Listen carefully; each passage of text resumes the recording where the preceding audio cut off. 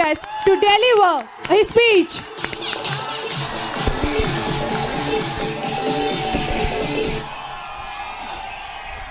Hello, வணக்கம். Thank you தங்கச்சி, thank you so much. விக்கிபீடியாவிலேருந்து எடுத்து அப்படியே படிச்சிருக்கீங்க. அதில் நிறையா கிராமர் மிஸ்டேக் இருந்தது, அதே மாதிரி படிச்சிங்க. வந்திருக்கிற எல்லா பசங்களுக்கும் பொண்ணுங்களுக்கும், பார்க் காலேஜோட teachers, employees, staffs, Anusha and principal sir எல்லாருக்கும் வணக்கம். தேங்க்யூ ஸோ மச் என்னை இங்கே இன்வைட் பண்ணதுக்கு. அவங்க சொன்ன மாதிரி லாஸ்ட் ஒரு 3 நாள் 4 நாளுக்கு முன்னாடி தான் இங்கே வருவேனா வர மாட்டேனான்னு தெரியும். நான் வேறு ஒரு ஊரில் இருந்தேன் ஷூட்டிங்கில். ஆனால் எனக்கு வந்து கோயம்புத்தூர்ன்ற ஊருக்கு வரதுக்கு ஒரே ஒரு சின்ன ரீசன் கிடைச்சாலே போதும், நான் வந்துடுவேன். ஏன்னா இந்த ஊர் தான் என்னை ஐடென்டிஃபை பண்ண எனக்கு காரணமாக இருந்தது.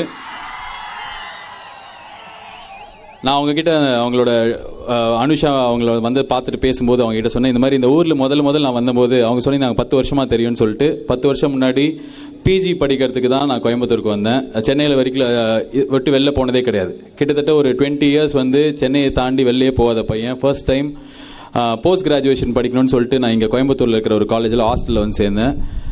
போஸ்ட் கிராஜுவேஷன் படிக்கும்போதே வந்து எனக்கு அப்போ தான் தெரிஞ்சது நான் சேர்ந்த கோர்ஸுக்கும் எனக்கும் சம்மந்தமே இல்லை. ஏன்னா நான் சேர்ந்தது இங்கிலீஷ் ஜேர்னலிசம். நான் ஒரு 7 வார்த்தை பேசினேன்னா 5 கிராமர் மிஸ்டேக் வரும், 15 ஸ்பெல்லிங் மிஸ்டேக் வரும். காலேஜில் வேறு யாருமே மதிக்கவே இல்லை. ஏன்னா அதே கேட்டகரி தானே நீங்களும். Hey guys, super. But now I can talk in English and all. Ya, I will tell that story later. So ஒரு பிஜி படிக்கிற பையனா காலேஜில் யாருமே மதிக்கலன்னும் போது திடீர்னு வந்து என்னோட முதல் வேலை வந்து பிக் எஃப்எம் நாங்கள் இல்லை, முதல் வேலை வந்து ரேடியோ மிர்ச்சி கோயம்புத்தூர். ஒரு பேப்பரில் வந்து ரேடியோ மிர்ச்சி கோயம்புத்தூருக்கு ஆட்கள் தேவைன்னு போட்டிருந்தாங்க. நான் வந்து என்னோட ஹாஸ்டலில் முடி வெட்டுறதுக்காக போயிருந்தேன். சரி, பக்கத்தில் ஒரு கம்ப்யூட்டர் லேப் இருந்தது. அதில் போயிட்டு ஐ வாண்ட் ஜாப் ஒன்லி அப்படின்னு அமிச்சா ப்ளீஸ் கம் ஒன்லி அப்படின்னு சொல்லிட்டு இன்டர்வியூ கூப்பிட்டுருந்தாங்க. ஸோ இன்டர்வியூ வந்து இங்கே இருக்கிற இந்த அவினாஷி ரோடு ரெசிடென்சி ஹோட்டலில் நடந்தது. அங்கே போனால் ஒரு 620 பேர் நின்றுதானுங்க க்யூவில். நம்மளுக்கு எப்படி வேலை கிடைக்கும் அப்படின்னு தெரில. பட் ஆனால் உள்ளே போயிட்டு hi, I am from Chennai and all my friends are from Kerala, I only speak இந்த மாதிரி இங்கிலீஷில் பேசினோன்னே, இல்லைப்பா கிளம்புது தமிழ் எஃப்எம்க்கு வேலை, உனக்கு தெரியாதுன்னு நினைக்கிறேன்ட்டா. இல்லை sir, I only know Tamil only, வேணா கானா பாட்டு ஏதாவது பாடுறேன்னு சொல்லிட்டு தப்பு தடுப்பாக ஒரு கானா பாட்டு பாடினேன்.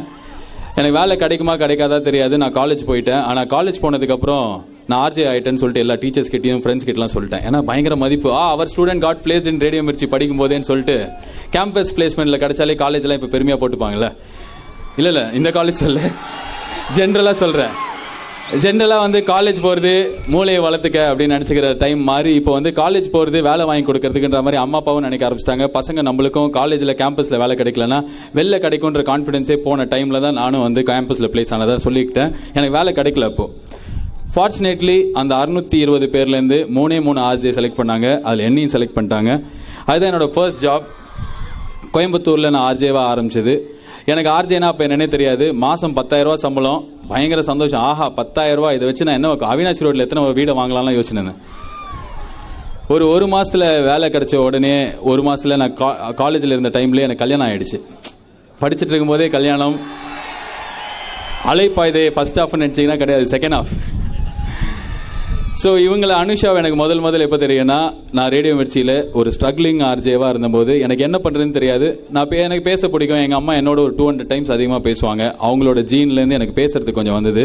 ஸோ நான் பேசுறது என் கூட இருக்கிற ஃப்ரெண்ட்ஸுக்கெல்லாம் பிடிச்சது. அதுக்கப்புறம் ரேடியோவில் கேட்குறவங்களுக்கு பிடிச்சதுன்னும் போது சும்மா வந்தோம் பேசினோம். நேர்களே உங்களுக்கு என்ன பாட்டு வேணும், லிப்ஸ்டிக் போடுறது எப்படின்னு, மேக்கப் டிப் அப்படின்னு கொடுக்குற மாதிரி பேச பிடிக்கல. ஸோ என்ன பண்ணேன் அப்படின்னா, என்னை சுற்றி நடக்கிற சின்ன விஷயம் கோயம்புத்தூர் தான் எனக்கு கற்றுக் கொடுத்தது.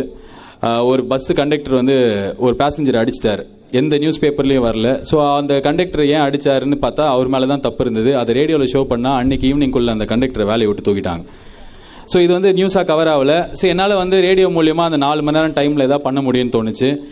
ஒரு பாயிண்டில் ஒரு கால் சென்டரில் 40 பசங்களுக்கு வந்து வேலையை சேர்த்துக்கிட்டு 4 மாதம் சம்பளமே கொடுக்கல, இழுத்து மூட்டாங்க.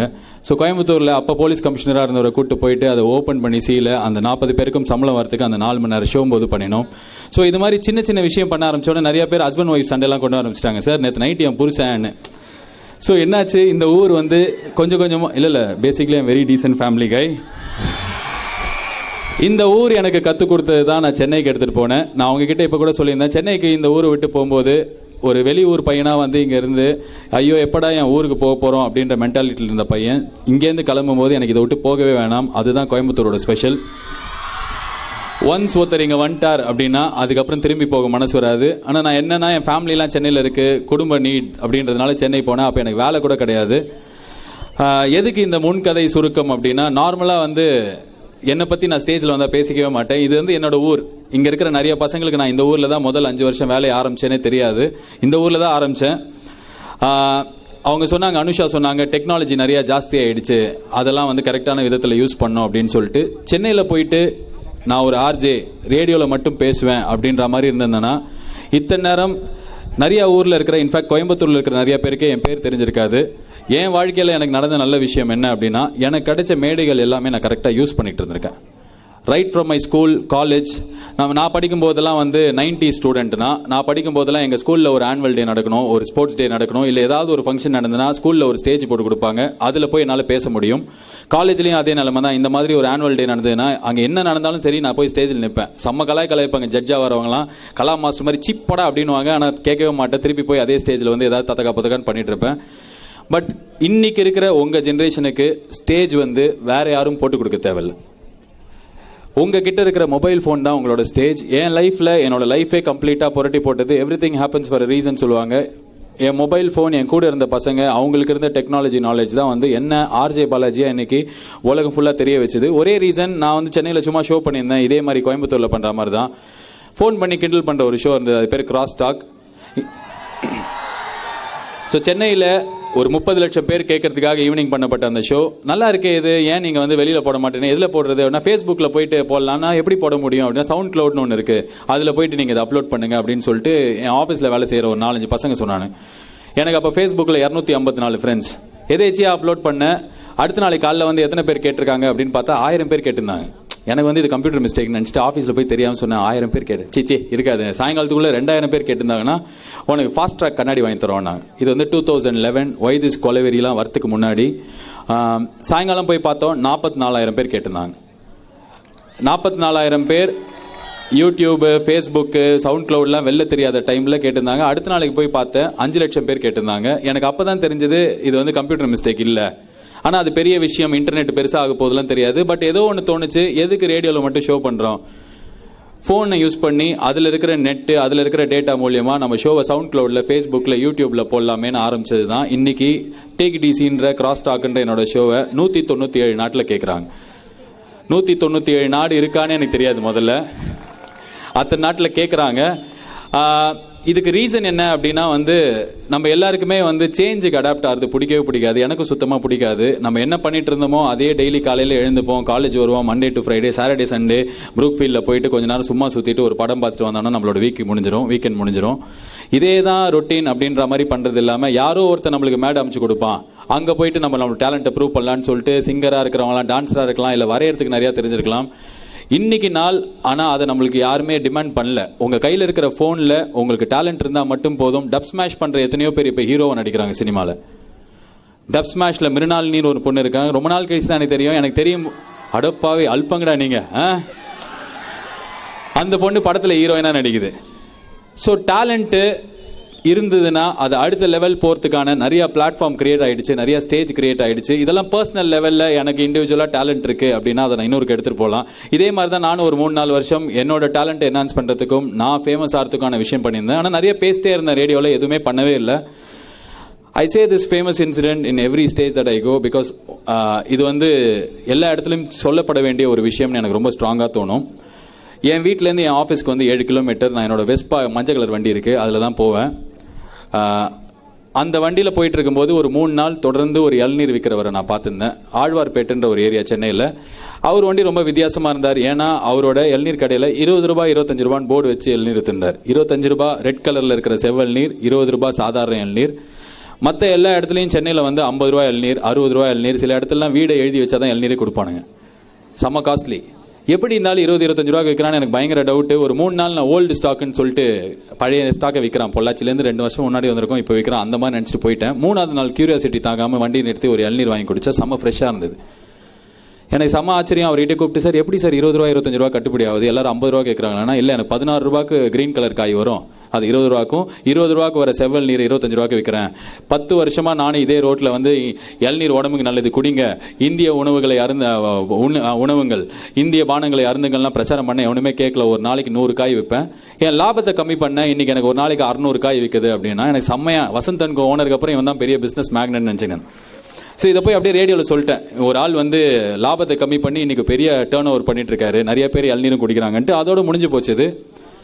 எக்ஸாக்டா 3 மாசத்துல ஷூட்டிங்காக, வேலைக்காக, மற்ற விஷயங்களுக்காக சென்னையில் மற்ற இடங்களுக்கு போகும்போது பெரம்பூர், ஆவடி, அம்பத்தூர், அண்ணா நகர்னு சொல்லிட்டு இருக்கிற ஒவ்வொரு ஏரியாலையும் ஏதாவது ஒரு 4 கடையில் இளநீர் 20 ரூபாய் 25 ரூபா அப்படின்ற போர்டுக்கு விற்க ஆரம்பிச்சாங்க. எனக்கு புரியவே இல்லை. நான் திருப்பி இதே ஆள்கிட்ட போய் கேட்டேன், சார் என்ன சார் உங்கள் அசோசியேஷனில் ஏதாவது உத்தரவு ஏதாவது போட்டிருக்காங்களா? இல்லை எனக்கு தெரியாது அப்படின்னாரு. என்ன ஆச்சு அப்படின்னா, இவர் கடைக்கு பக்கத்தில் இருக்கிற ஒரு 20 கடையில் இருக்கிறவங்க இவர் வந்து மிரட்டியிருக்காங்க. நீ என்ன புத்திசாலி, நாங்களாம் முட்டாளா? நீ ஒண்டி லாபத்தை கம்மி பண்ணா இப்போ எங்களுக்குலாம் காய் வைக்க முடியாது, தயவு லாபத்தை ஜாஸ்தியாக்கி பழைய மாதிரியே வீணாங்க. இவர் கேட்கவே இல்லை. ஸோ வேற வழி இல்லாமல் ஃபோர்ஸ்டா அந்த கடைக்காரங்களாம் கம்மி பண்ண ஆரம்பிச்சு, அதுக்கப்புறம் அது வேற வேற ஏரியாவுக்கு போயிட்டு இன்னைக்கு சென்னையில் 40% 50% கடையில் வந்து இளநீர் விலை கம்மியாயிடுச்சு. இது காரணம் ஒரு ஷாருக் கான் டிவியில வந்து இளநீர் குடிங்க அப்படின்னு பிரச்சாரம் பண்ணல. ஒரு பெரிய தமிழ் படம் ரஜினிகாந்தோ அஜித்தோ விஜயோ நடிச்ச ஒரு படத்துல அந்த கிளைமேக்ஸ் சீன்ல போய் இளநீரை குடி, பெப்சி கோகோ கோலாவை குடிக்குதுன்னு சொல்லிட்டு ஒரு பெரிய மாஸ் வசனம் எதுவும் இல்லை. கவர்மெண்ட்ல இருந்து எந்த ரூலும் போடல. ஒரே ஒரு சாதாரண ஒரு சாமானிய இளநீர் விற்கிறவன் அவன் ப்ரீச் பண்ணாம பிராக்டிஸ் பண்ண ஒரு விஷயத்தினால ஒரு கம்ப்ளீட் சிட்டி, அதுவும் ஒரு தமிழ்நாட்டோட தலைநகரமான சென்னையில ஒரு 40% கடையில விலை குறைஞ்சிருக்கு. அப்படின்னா நம்ம பேசிட்டே இருக்கக்கூடாது, ஏதாவது பண்ணணும்னு தோணுச்சு.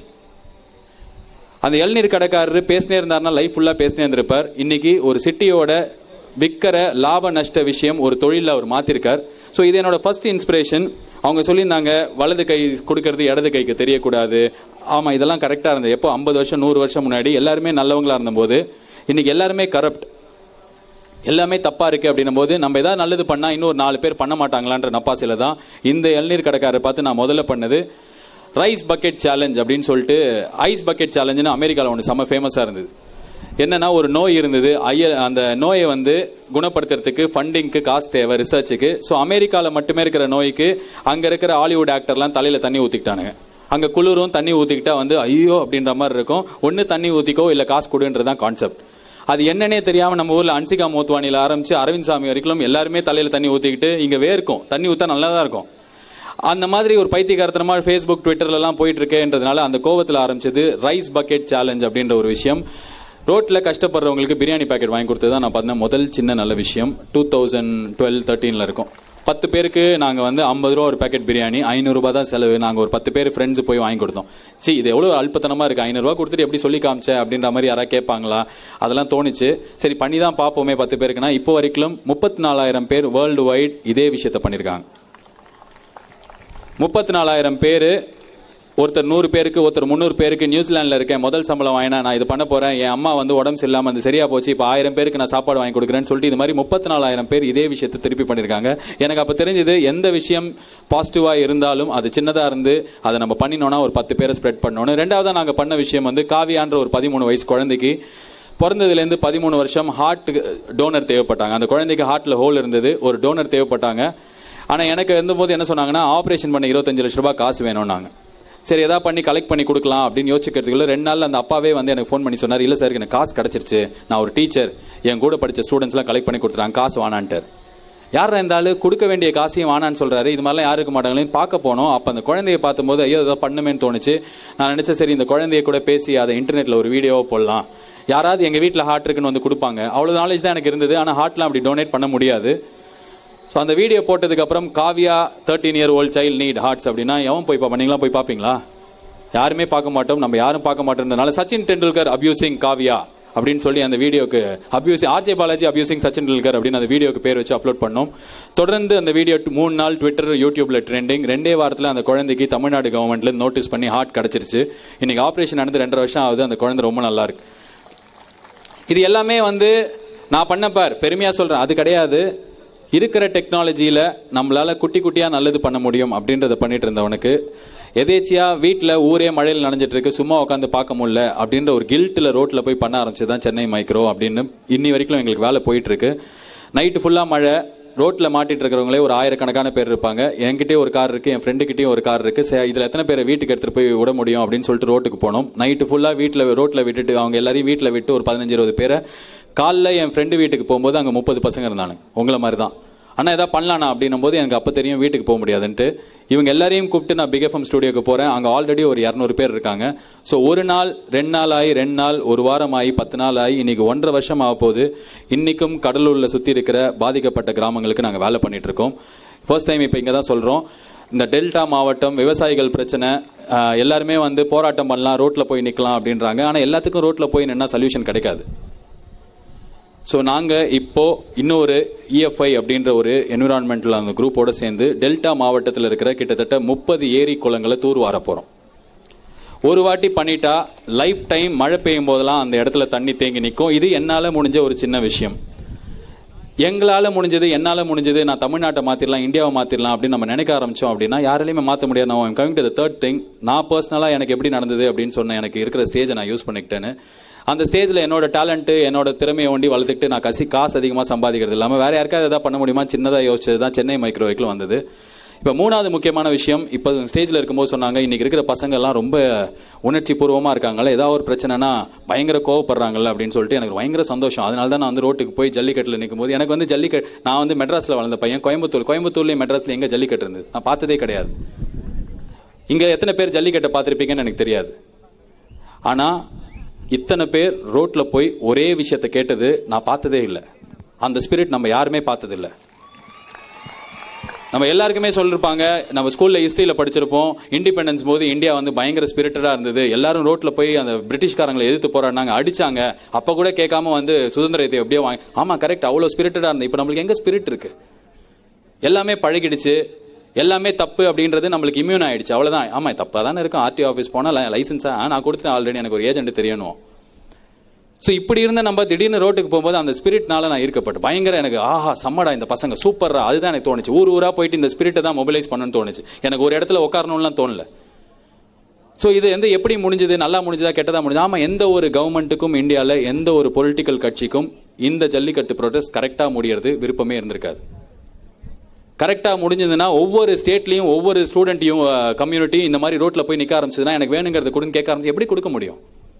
ஸோ வேணுட்டே பிளான் பண்ணி ஆமாம் பிளான் பண்ணி பண்ணாங்க. இது ஒரு கட்சி பிளான் பண்ணி பண்ணிச்சுன்னா ஊரில் இருக்கிற எல்லா கட்சிக்கும் ஸ்டூடெண்ட்ஸ் வந்தாங்க, ஒன்று கேட்டாங்க, அது கிடைச்சது, ஹைஃபை கொடுத்துட்டு வீட்டுக்கு போயிட்டானுங்க, ஜெயிச்சுட்டு போயிட்டானுங்க அப்படின்னு சொன்னால் அது எவ்வளோ பெரிய ஃபேரி டேல். அதை வர விட்டுருக்க மாட்டாங்க. சரி முடிஞ்சு போச்சு. இப்போ முடிஞ்சு போனதுக்கப்புறம் இப்போ என்ன பார்த்துட்டு இருக்கோம்னா ரொம்ப ஒரு சேட் ட்ரெண்ட் என்ன அப்படின்னா எல்லாத்துக்கும் ரோட்டில் போய் கேட்கணும்னா ரோட்டில் போய் கேட்டால் என்ன ஆகும்?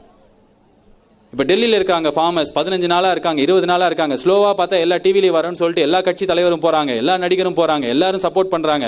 என்ன கேட்குறாங்கன்னா அவங்கள ஒரு வாட்டி சந்திச்சு பிரதமர் அவங்க கோரிக்கையெல்லாம் கேட்கணும். சரி பிரதமர் ஒரு வாட்டி சந்திச்சு கோரிக்கையெல்லாம் கேட்டாரு, அதை நிறைவேற்றிட்டார். ஒரு வாட்டி முடிஞ்சிருச்சு. அடுத்த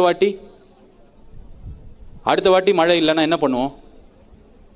அதுக்கு அடுத்த வாட்டி இண்டிபெண்டன்ஸுக்கு அப்புறம் இத்தனை வருஷமா நம்ம நாட்டுக்கு 2 பட்ஜெட் இருக்கும். ஒன்று ரயில்வே பட்ஜெட், இன்னொன்று பொது பட்ஜெட். ரயில்வே அப்படின்ற ட்ரெயின் ஓடுற ஒரு விஷயத்துக்கு ட்ரெயினுக்கு தனி பட்ஜெட் இருக்கும்போது ஒரு நாட்டோட 70% பாப்புலேஷன் அக்ரிகல்ச்சரை டிபெண்ட் பண்ணியிருக்கு. அக்ரிகல்ச்சருக்கு இது பட்ஜெட்டே கிடையாது. இதில் யார் இங்கே இருக்க நான் இதில் வந்து கை தட்டுறதுக்கு இல்லை, நம்ம யாருக்குமே இது தெரியும். அன்டில் ரீசெண்டாக நான் இது யோசிச்சதே கிடையாது, நம்ம யாருக்குமே இது தெரியாது. ஸோ எனக்கு சொல்யூஷன் வேணும்னா நான் சொல்யூஷன் தானே கேட்பேன். ரோட்டில் போய் நின்னா என்ன ஆக போகுது? ஆமாம் 10 நாள் இப்போ நெடுவாசல் ரோட்டில் நின்னோம், ஆமாம் தப்பு இது அப்படின்னு. ஆனால் நெடுவாசல் மாதிரியே தமிழ்நாட்டில் மட்டும் 15 இடத்துல இந்த மாதிரி ப்ராஜெக்ட் போயிட்டு இருக்கு. யாருக்குமே தெரியாது. வாடிவாசல் முடிஞ்சிருச்சு, ரைமிங்காக இருக்கான்னு தெரியாது. நெடுவாசல் இப்போ அடுத்தது ரோட்டுக்கு அடுத்தது ரோட்டு எத்தனத்துக்கு நம்ம ரோட்டுக்கு போவோம்? ஸோ என்ன சொல்யூஷன்? ஒரு வாட்டி அரவிந்த் சாமி வந்து காப்பாற்றிடுவார், சகாயம் IAS காப்பாற்றிடுவார், இல்லை RJ பாலாஜி காப்பாற்றிடுவார்னா யார் இவங்களாம்? எதுக்கு வந்து இவங்க வந்து காப்பாற்றணும்? ஒரே ஒரு சகாயம் IAS CM ஆகிட்டா தமிழ்நாடு மாறிடுமா? எப்படி மாறும்? எத்தனை அரசியல்வாதி இருக்காங்க, ஒரு CM ஒண்டி மாத்திட்டா மீதி எல்லாமே அடுத்த நாளைக்கு மாறிடும். நம்ம எல்லாருமே பேசிக்கா கரப்ட். நம்ம எல்லாருக்குமே நம்ம பண்றது தப்பு அப்படின்னு ரியலைஸே நம்ம பண்ணிக்க மாட்டோம். இங்க இருக்கிற எத்தனை பசங்க லைசன்ஸ் வந்து 8 போட்டு வாங்கியிருப்பாங்க, நீங்க கை தூக்க தேவையில்ல, சொல்ல தேவையில்ல. பட் உங்களுக்கு தெரியும் மொத்த இவ்வளோ 2000 பேர் இருக்கிற கூட்டத்தில் 25 பேர் கை தூக்குவோம். நம்ம அப்பா எத்தனை பேருக்கு லஞ்சம் கொடுத்துருப்பாங்க, நம்ம வீடு கட்டணும்னா கவுன்சிலர் காசு கொடுக்கணும், நம்மளுக்கு இதெல்லாம் தப்பே தெரியாது. ஏன்னா இதான் இங்கே தானே நம்ம இருக்கோன்னு. நம்ம இந்த சிஸ்டமில் இருந்தோம்னா நம்மளுக்கு இந்த மாதிரி தலைவர் தான் கிடைப்பாங்க. சசிகலாவை வந்து எதிர்த்து ஒரு ட்வீட் போடுங்க, சசிகலா வந்து அவங்க பாட்டி எடுத்துட்டாங்க சொல்லுங்க அப்படின்னா, சசிகலா யாரை எதிர்த்தாங்க? காமராஜ் எதிர்த்தாங்களா? சசிகலா பன்னீர்செல்வம் எதிர்த்தாங்க. பன்னீர்செல்வம் யாரு? அவங்க கூடிய தான் இதுக்கு முன்னாடி 4 வரைக்கும் இருந்தாங்க. சரி, இவங்கெல்லாம் தேவையில்லை, ஃபர்ஸ்ட்ல இருந்து எலெக்ஷன் வைக்கலாம். எலெக்ஷன் வச்சா யார் வருவா? ஸ்டாலின் வருவாங்க. ஸோ யாருக்கு நம்ம சப்போர்ட் பண்ண முடியும்? யார் இன்ஸ்பிரேஷன்? ஸோ என்ன சொல்யூஷன் அப்படின்னா, இந்தியாவை அரவிந்த் சாமியாலவோ, தமிழ்நாட்டை சகாயமாலேயோ, ஆர்ஜே பாலாஜியாலேயோ, சித்தார்த்தாலேயோ, இல்லை வேற யாரோ ஒரு நடிகராலேயோ, ஒரு சோசியல் ஆக்டிவிஸ்டாலேயோ மாற்ற முடியாது. என்னால் என் கூட இருக்கிற 4 பேரை மாற்ற முடியும். என்னோட சரௌண்டிங்கில் என் கூட இருக்கிற 4 பேரோட கண்ட்ரோல் ஒண்டி தான் என்கிட்ட இருக்க முடியும். அதுதான் உங்க எல்லாருக்கும். You can be the only difference in your whole life. உங்களால் ஒரு ஸ்டேட்டை மாற்ற முடியாது, என்னால் ஒரு ஸ்டேட்டை மாற்ற முடியாது. நம்ம எல்லாருமே சின்ன சின்னதா இல்லை நான் இதுக்கப்புறம் கண்டிப்பாக ₹1 கூட லஞ்சம் கொடுக்க மாட்டேன்னு நீங்கள் எத்தனை பேரால் சொல்ல முடியும்? லைஃப்பில் எவ்வளோ விஷயம் இதுக்கப்புறம் தான் நடக்கும். காலேஜ் விட்டு வெளில போனதுக்கு அப்புறம் தான் you will see the real world. அந்த ரியல் வேர்ல்டில் நான் ₹1 கூட நான் மாறிட்டேன், அவ்வளோதான். என்னை சுற்றி இருக்கிற என்னோட ஒய்ஃப், என் குழந்தை, என்னோட 2 பசங்க, என்னோட ஹோப் என்னோட 2 பசங்க. இந்த 2 பசங்களும் எனக்கு எதுவுமே ஆக தேவையில்ல, ஆர்ஜே ஆக தேவையில்ல, ஆக்டர் ஆக தேவையில்ல, இன்ஃபேக்ட் எதுவுமே ஆக தேவையில்ல. அவனுக்கு நல்லவனா யாரையுமே ஹர்ட் பண்ணாம, அப்பா இந்த 2 பசங்க ரொம்ப நல்ல பசங்கன்னு அவனுக்கு இருக்கிற வரைக்கும் இருந்தானுங்களா போதும். எனக்கு அந்த வேல்யூ ஒண்டி இருந்தா போதும். நம்ம எல்லாருக்குமே ஏதாவது ஆகணும், ஆனா அதை கரெக்டான வழியில நம்ம ஆனோம் அப்படின்னா, we don't need a third person to lead us. நம்ம லைஃப் நம்ம லீட் பண்ணிக்கலாம். எனக்கு வந்து இந்த ஸ்டேஜில் வந்து இவ்வளோ பேசுறியா, நீ பிஜேபி திட்டுறியான்னு வர கேட்குறானுங்க. ஏன்னா வந்து நீ இந்த கம்யூனிட்டி அந்த நான் எந்த கம்யூனிட்டியுமே இல்லை. என் வீட்லேயே மொத்தம் 5 ஜாதி இருக்கு. நான் எந்த ஜாதின்னு சொல்லிக்கிறது, எந்த மதம்னு சொல்லிக்கிறது எனக்கு தெரியாது. ஸோ எல்லா கட்சியும் ஒன்று தான். அது டிஎம்கேவாக இருக்கட்டும், ஏடிஎம்கேவாக இருக்கட்டும், இல்லைனா பிஜேபியாக இருக்கட்டும், இல்லைனா காங்கிரஸாக இருக்கட்டும், எல்லாருமே வந்து நம்மளை ஏமாற்றி தான் இது வரைக்கும் வாழ்ந்துட்டு இருக்காங்க. ஸோ இப்போ எலெக்ஷனில் நிற்க வேணாம் அப்படின்னா, ஆமாம் நீங்கள் ஐஏஎஸ் படிங்க, ஐபிஎஸ் படிங்க. அரசியல் சாக்கடைன்னு நம்ம மைண்டில் ஏதோ வந்து இது பண்ணிட்டாங்க, ரிஜிஸ்டர் பண்ணிட்டாங்க. போய் கவுன்சிலர் எலெக்ஷனில் உங்கள் ஏரியாவில் யார் நல்லவங்களோ அவங்களை நிற்க வைங்க. ஒரு 10 பசங்க போய் பண்ணுங்க. ரொம்ப ஈஸி. உங்கள் காலேஜ் இந்த அவினாசி ரோடில் அவ்வளோ மரம் இருந்தது நான் இருக்கும்போது, இங்கே எங்கே மரம் இருக்குது? என்விரான்மெண்ட் சயின்ஸ்னு ஒரு சப்ஜெக்ட் தண்டத்துக்கு படிப்பீங்க. எதுக்கு படிக்கிறோம் நம்ம யாருக்குமே தெரியாது. சும்மா அது எழுதினா பாஸ், ஒரு லீவ் போட்டால் அரியர் விழுந்துடும். ஸோ அந்த சப்ஜெக்டில் காலேஜ் மேனேஜ்மெண்ட்டுக்கு நான் ஏற்கனவே அவர் பார்த்தார், பிரின்சிபல் சார் பார்த்துருக்காரு. ஐசிடி அகாடமின்ற இடத்துல இதே தான் சொன்னேன். காலேஜ் ஓனர்ஸ் டிசைட் பண்ணுங்க. என்விரான்மெண்ட் சயின்ஸில் 4 வருஷத்துக்கு இந்தாப்பா தம்பி உங்கள் 30 பேருக்கு இந்த குளத்தை கொடுக்குறோம், தூர் வாருங்க 4 வருஷத்துல. So you be the change. You don't expect GV Prakash to go to Neduvasal. GV பிரகாஷில் ஒரு வாட்டி போக முடியும், என்னால் ஒரு வாட்டி போக முடியும், இன்னொரு நாள் 2 வாட்டி போக முடியும். இவங்களாம் எதுவும் மாற்றலாம் கொண்டு வர முடியாது. நீங்கள் தான் உங்கள் லைஃப் மாற்றிக்கணும், உங்கள் சரௌண்டை மாற்றிக்கணும். என்னை கூப்பிட்டதுக்கு ரொம்ப நன்றி. இவ்வளோ பசங்களை பார்த்ததுனால உணர்ச்சி வசப்பட்டுலாம் பேசல. நான் பேசினா ஏதாவது ஒரு 10 பைசாவுக்கு ஒரு பையனுக்காவது அது யூஸாக இருக்கணும் அப்படின்னு தான் நான் எல்லா ஸ்டேஜையும் பார்க்குறேன். ஐ ஹோப் யாராவது ஒருத்தருக்காது நீங்கள் சேஞ்சாக இருக்கணும்னு தோணியிருக்கோன்னு. Thank you so much. And Anusha, நான் ஏதாவது தப்பாக பேசியிருந்தேன்னா மன்னிச்சுக்கோங்க. And I really wish next time நான் வரும்போது கண்டிப்பாக உங்களில் யாராவது ஒருத்தர் 2 பேர் ஏதாவது. எனக்கு ஒரு சின்ன பையன் தெரியும், ஒரு ஸ்கூலில் பேசினேன். அந்த பையனை 10வது படிக்கிற பையன் என் கூட சென்னை மைக்ரோவில் 3 நாள் வேலை செஞ்சான். நெக்ஸ்ட் டைம் நான் அவனை பார்க்கும்போது அவன் தெருவில் இருக்கிற 17 பேருக்கு அவன் ஆதார் கார்டு வாங்கி கொடுத்துருந்தான். எழுத தெரியாத, படிக்க தெரியாத ஆளுங்களுக்கு. அவன் இந்தியாவை மாற்றலை. அவனால் அதுக்கு மேலே எதுவும். அவன் 10வது படிக்கிற பையன். அவன் லீவில் 17 பேருக்கு வந்து ஆதார் கார்டு வாங்கி கொடுக்கறதுக்கு அவன் காரணமாக இருந்திருக்கான். அவன் தான் ஃபார்ம் ஃபில் பண்ணான், அவன் தான் கூப்பிட்டு போனான். அது கிடைக்கிற வரைக்கும் அவன் கூட இருந்தான். இது ஒரு பெரிய சேஞ்ச். ஆதார் கார்டு வந்து நல்லதா கெட்டதானே தெரியாது. ஆனால் தயவு செஞ்சு உங்களால் என்ன பண்ண முடியுமோ பண்ணுங்க. You be the change, don't expect others to be the change. Thank you so much. நன்றி. Speakers